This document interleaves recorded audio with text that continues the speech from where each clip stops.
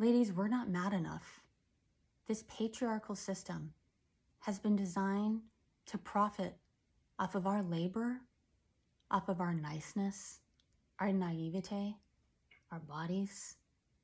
You see it throughout Hollywood. You see it in marriages.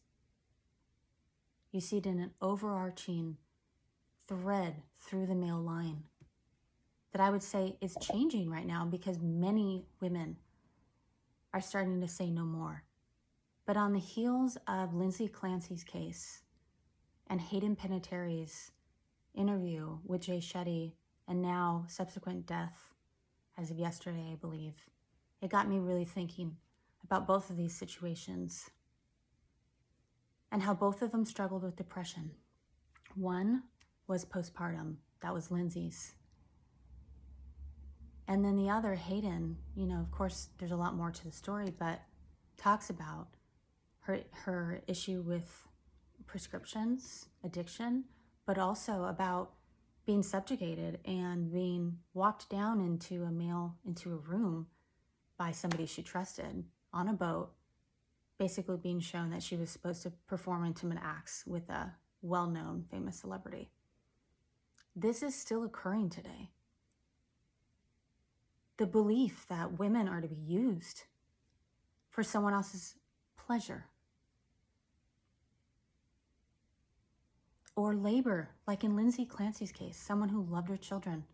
And I don't know all the ins and outs, but ended up on countless meds in postpartum depression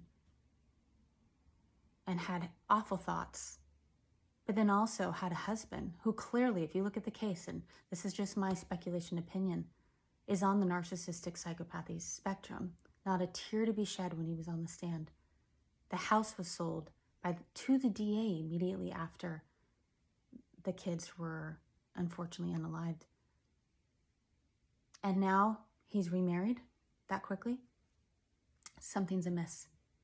And what's amiss is the lack of heart and love and empathy that women, that females inherently know and are born with more innately.